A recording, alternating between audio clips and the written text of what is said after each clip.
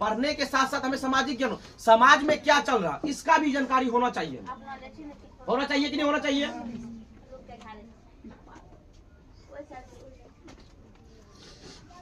सबसे ज्यादा सामाजिक ज्ञान भी जरूरी है। जब सामाजिक ज्ञान नहीं प्राप्त होगा तो हमें आगे बढ़ने का कोई गुंजाइश नहीं है। देखो बाबू, सामाजिक ज्ञान होना जरूरी है, पर मोबाइल के थ्रू आगे बढ़ना भी जरूरी नहीं है।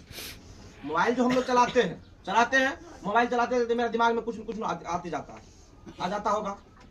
इसलिए कहते हैं उप कुरीतियों को हम लोग बाहर निकाल के चलना चाहिए। कम से कम 10th तक, 10th के बाद तुम लोग मोबाइल चला सकती है और लोग कुछ नहीं हो सकता। 10th में तुम अच्छा मार्क ला देगी तो कोई फर्क नहीं पड़ता किसी को। समाज का ही नियम है कि 10th तक कम से कम मोबाइल से दूर बनाए रखो।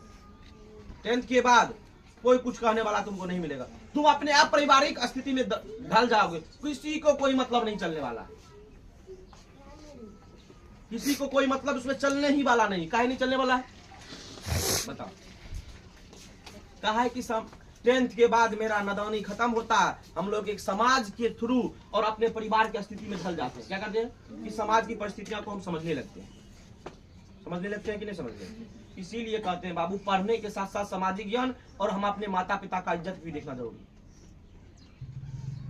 है कि ना। अभी हम किसी को गाली दे दे, किसी को हम गाली दे सकते हैं कि नहीं, पर गाली दे के कुछ मिलने वाला है? हम आज 2-3 दिन से क्या करते थे, फेसबुक पर रील देख लेते थे।